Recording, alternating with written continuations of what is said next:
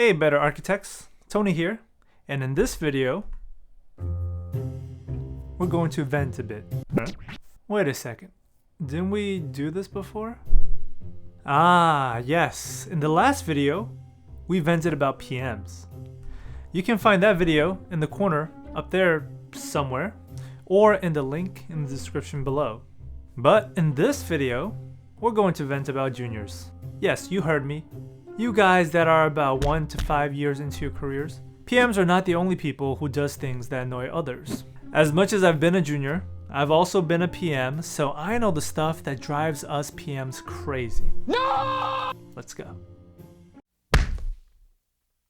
The first thing that gets us PM annoyed easily is when you highlight your red lines even though they're not complete. Now whether or not you meant to do this, the outcome is the same. That red line item does not get picked up. Now, before I get too carried away, I know some of you who are watching this video are not architects. Now you may be the friends and family of those who are architects, and you're kind of curious about what architects do all day. Well, architects mom and dad, your child spends a majority of their day picking up red lines. What are red lines? Red lines are basically corrections to a set of drawings that a more senior member of the team would mark up.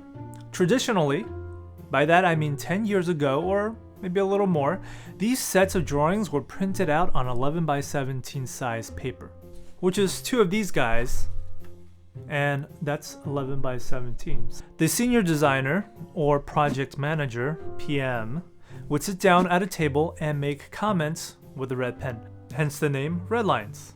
It can be used as a verb like, can you redline this set of drawings? Of course I can. I'm the PM. Or as a noun, can you pick up these red lines? Sorry, I get carried away when I start sharing stuff from my head and I get a lot of word vomit. My friends know I am very long-winded. Now, today, there may still be firms that like to do this old school, but they're usually smaller firms with leadership that doesn't want to change with the times.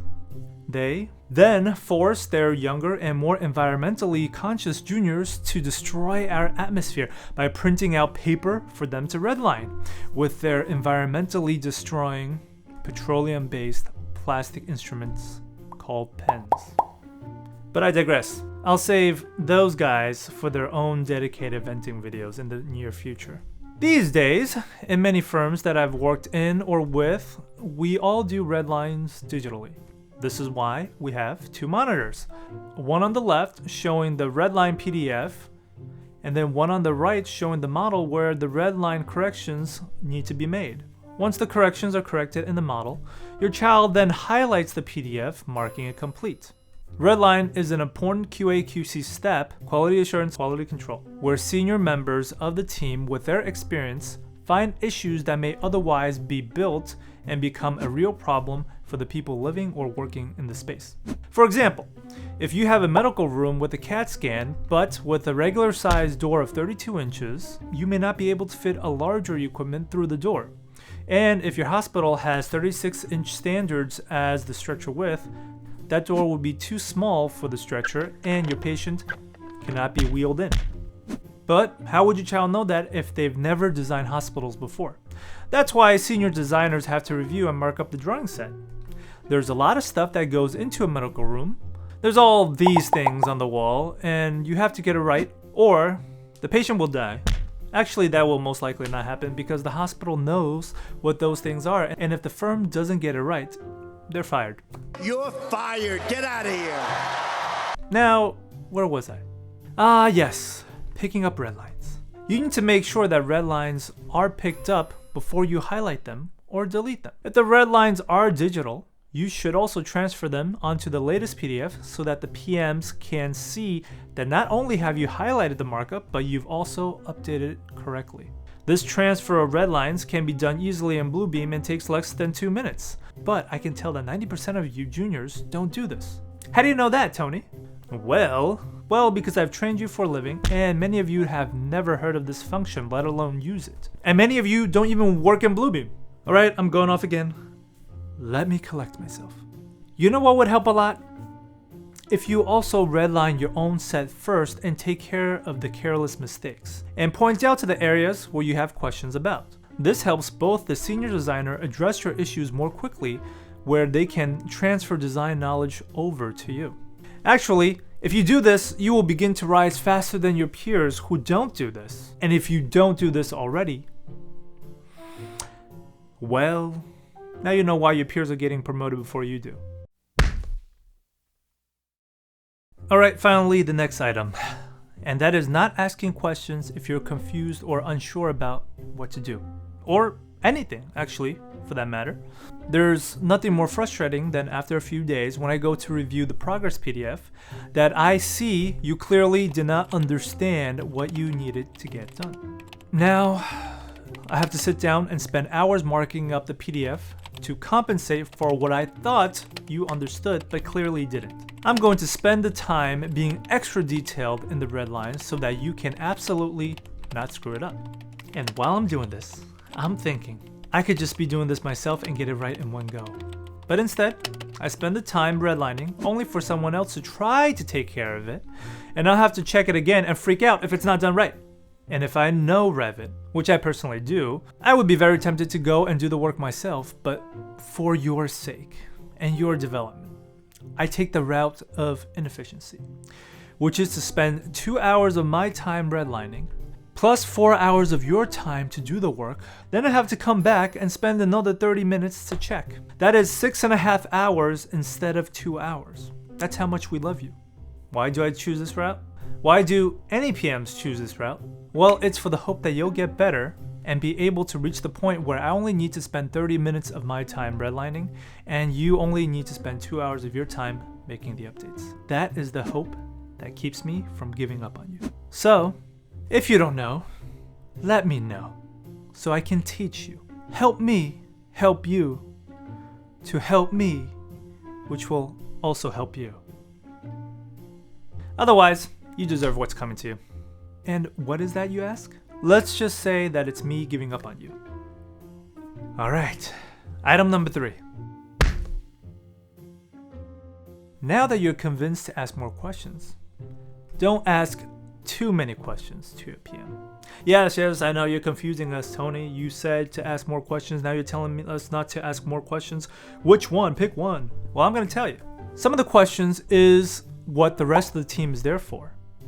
If you're in a small company working on a small project and you're fairly new, then yes, you should ask a lot of questions to your project manager because it's just the two of you.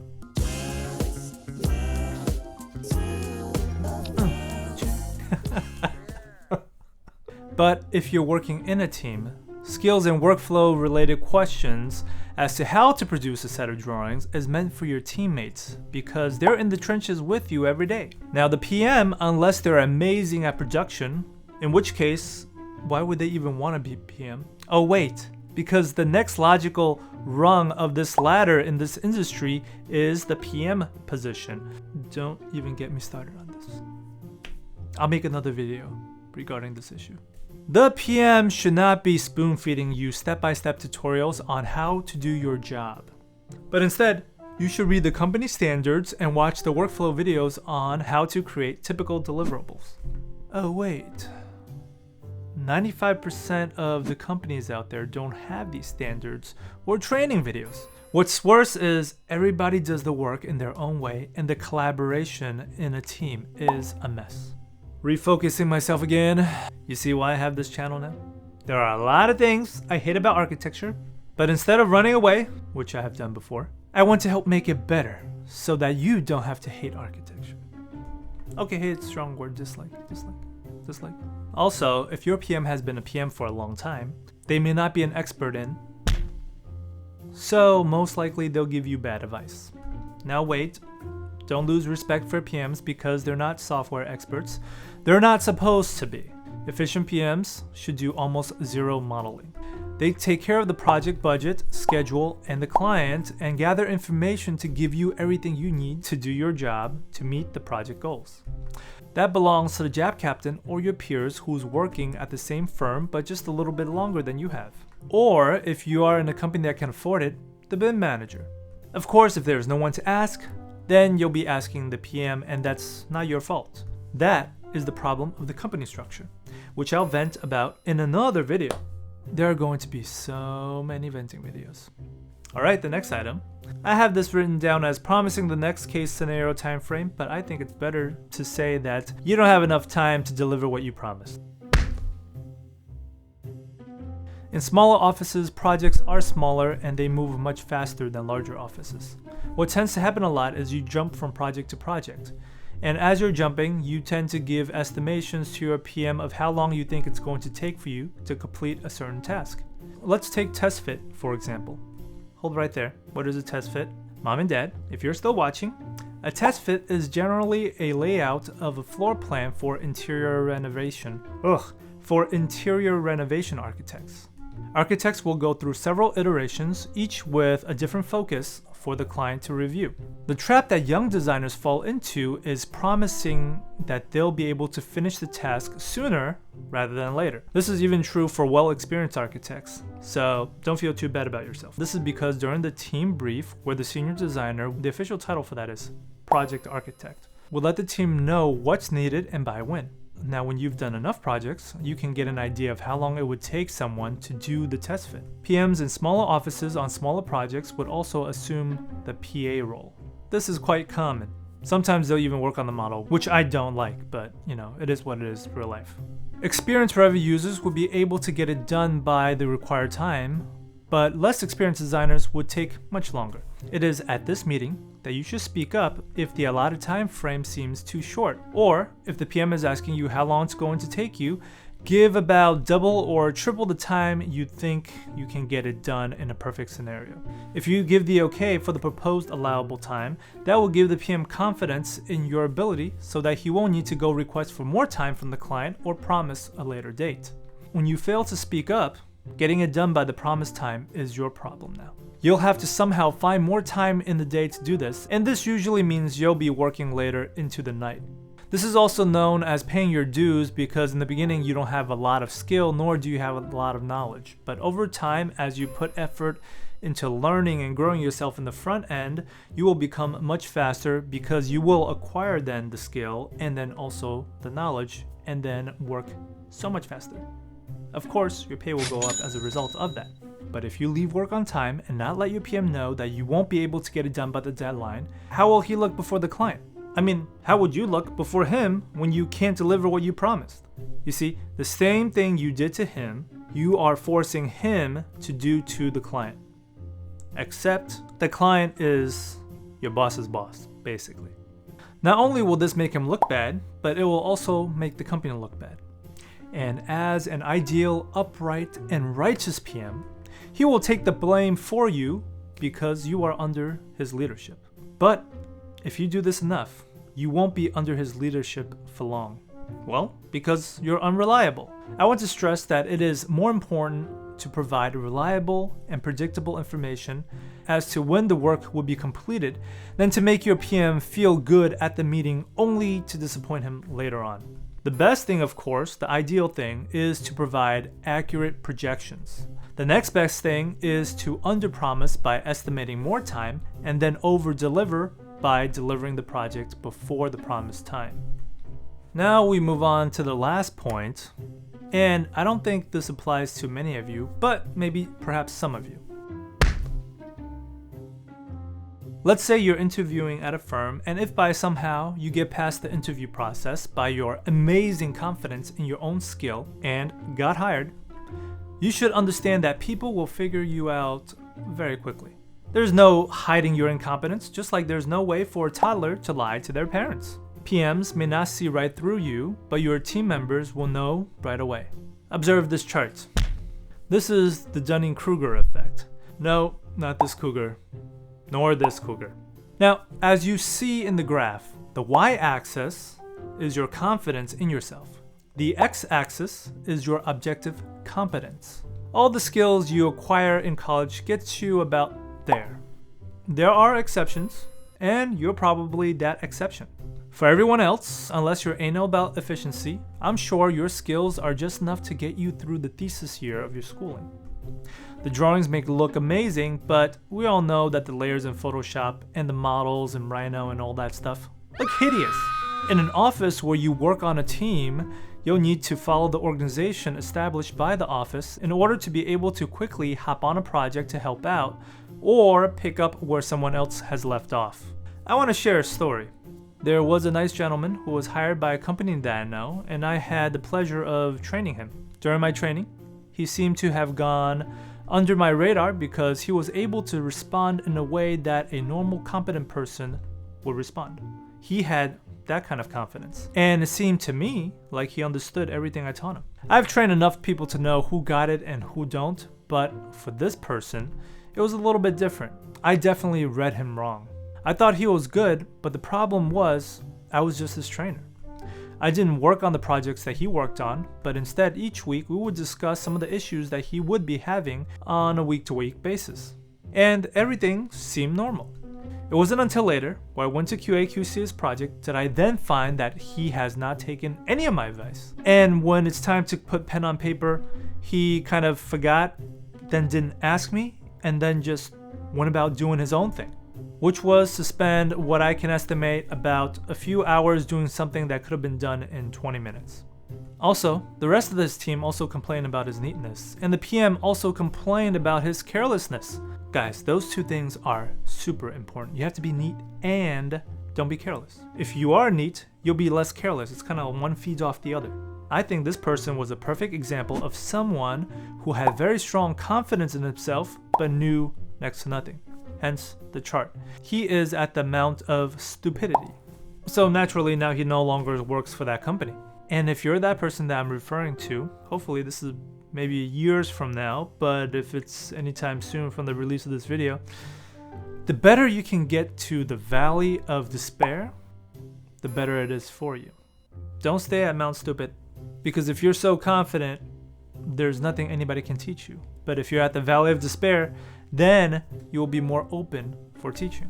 So get to the valley of despair ASAP, so then you can really start learning instead of winging things and doing it on your own. Then you can progress your career in a healthy way. You see, when you have low confidence in your skills, that insecurity is what drives you to become objectively better. Use that emotion to fuel your learning. If you think you're good enough, you're not. When others tell you you're amazing, then you just might be good enough. The takeaway here is when you oversell yourself and underdeliver, you frustrate not just your PM, but your entire team.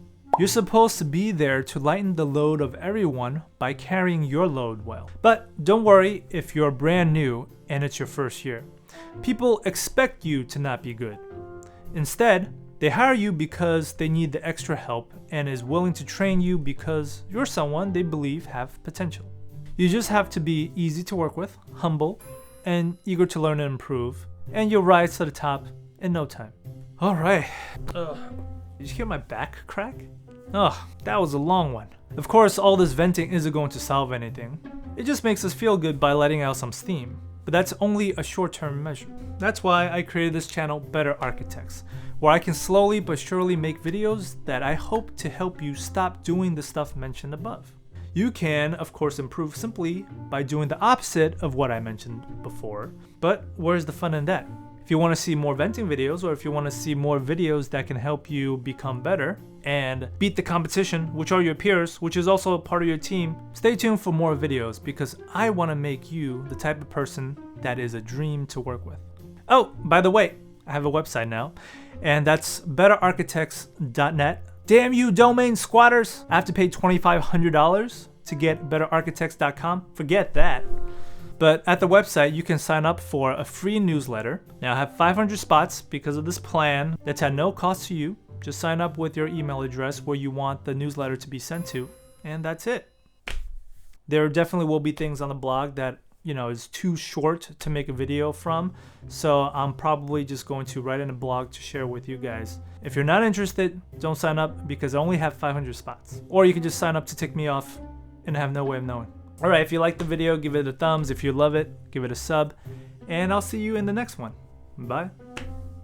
And if you're a dream to work with, everybody will want to work with you. You wouldn't need to be afraid of getting a new job, but